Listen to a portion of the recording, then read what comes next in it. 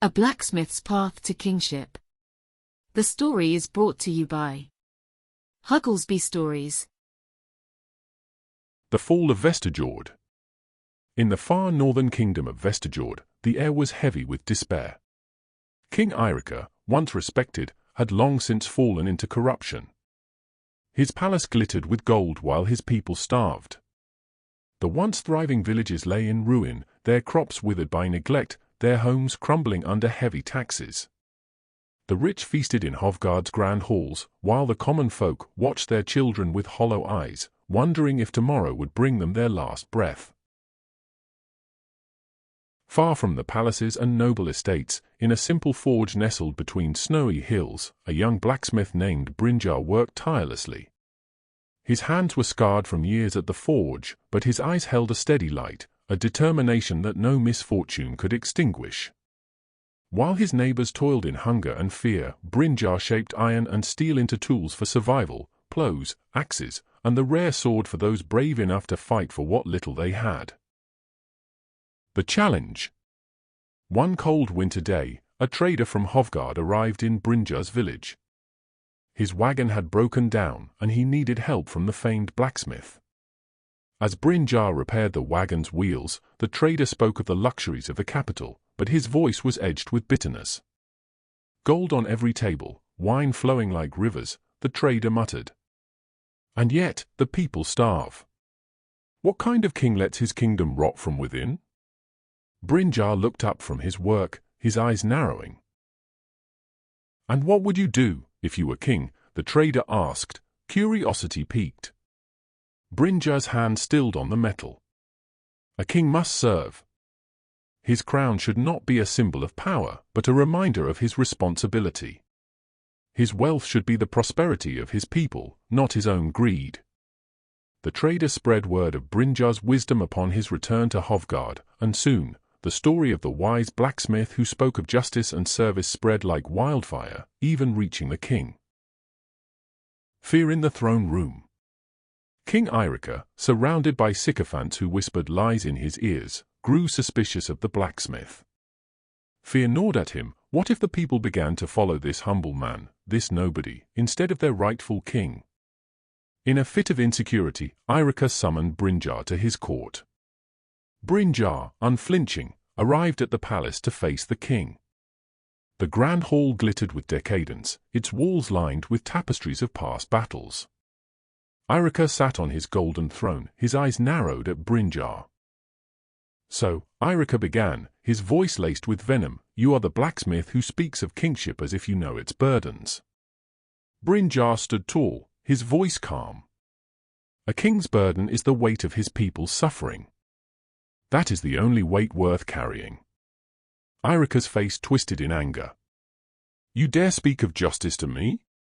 You, a blacksmith, dare to claim to know what it means to rule. Without warning, Eirika ordered his guards to seize Brynjar and throw him into the castle's dungeons. The rebellion. Locked away in a stone cell, Brynjar could hear the cries of the people outside the castle walls. They were growing louder each day. Eirika's greed and cruelty had finally reached a breaking point, and rebellion was stirring in the streets. Word of the blacksmith who had stood against the king spread like wildfire. Brynjar, though confined in the dungeon, kept his mind clear and spirit strong. The people will rise, he whispered. The people will remember their strength. Outside, the streets of Hovgard erupted into chaos. Led by warriors, farmers, and villagers alike, the people marched toward the palace, demanding justice. King Eirika fled in terror, abandoning his throne as the rebellion stormed the gates. With the king gone, the people turned to Brynjar. He had become a symbol of everything they had lost: honesty, fairness, and hope. They freed him from the dungeon and brought him triumphantly back to Hovgard, where they begged him to lead the kingdom. A new king. I have never sought a throne, Brynjar said humbly. I am a blacksmith, not a king. But a village elder stepped forward, his voice full of wisdom. You have the heart of a king, Brynjar. Not because you desire power, but because you understand that a king must serve. Moved by the elder's words, Brynjar took a deep breath. If I am to lead, it will be not as a ruler, but as a servant. The people cheered, lifting Brynjar onto their shoulders. They crowned him with a simple iron circlet. The new kingdom. Under King Brynjar's rule, Vesterjord was reborn. Taxes were lowered, food was distributed fairly, and the corrupt nobles who had once controlled the kingdom were stripped of their power. Brynjar's reign was marked by peace, prosperity, and fairness. He ruled not from a throne of gold, but from a heart of humility. One day, as Brynjar stood at the forge, still working on tools for the kingdom's farmers, his queen, Ingrid, approached him with a smile. "You still work the forge, even now as king." Brynjar looked up, wiping the sweat from his brow. "A king must never forget where he came from," he replied.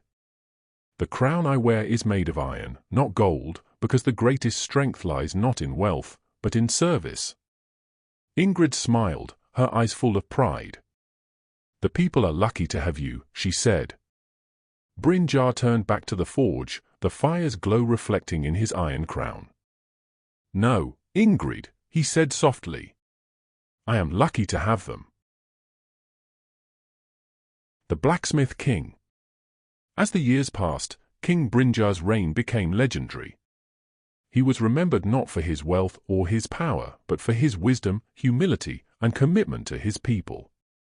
The Iron Crown became a symbol, passed down to future rulers, reminding them that a king's duty is not to rule, but to serve. Generations later, the people of Vesterjord still spoke of the blacksmith who became a king, whose reign brought peace to the land, and whose iron crown stood as a testament to strength found in humility. Moral of the story: true leadership comes from humility and service, not power. Brynjar became a great king because he ruled with fairness and compassion, always placing the needs of his people first. His iron crown symbolizes that even the humblest origins can lead to greatness when one acts with integrity, wisdom, and justice. Leadership is about responsibility and service, not wealth or status. A blacksmith's path to kingship, the story ends. Hope you enjoyed the story and will share the story with your friends. Subscribe to Hugglesby Stories. We appreciate your comments, likes, and as a whole your entire time spent with us. We believe we could make you happy with our Hugglesby Stories. See you again with another story by Hugglesby Stories.